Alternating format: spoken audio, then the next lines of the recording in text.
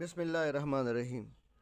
प्यारे दोस्तों, हमने आपको इस वीडियो में खैबर पख्तूनख्वा में खाए जाने वाले कुछ मशहूर और मज़ेदार खानों की तस्वीर दिखाने की कोशिश की है। इंसान जब अपने घर, शहर और मुल्क से बाहर हो तो ज़रूर अपने मनपसंद चीज़ों के बारे में सोचता है। तमाम मुसाफिर भाइयों को हमारी तरफ से ढेरों दुआएं और सलाम।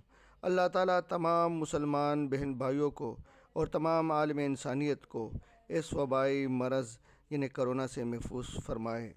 अल्लाह ताला हम सब का हामी व नासिर हो। खुदा हाफिज़।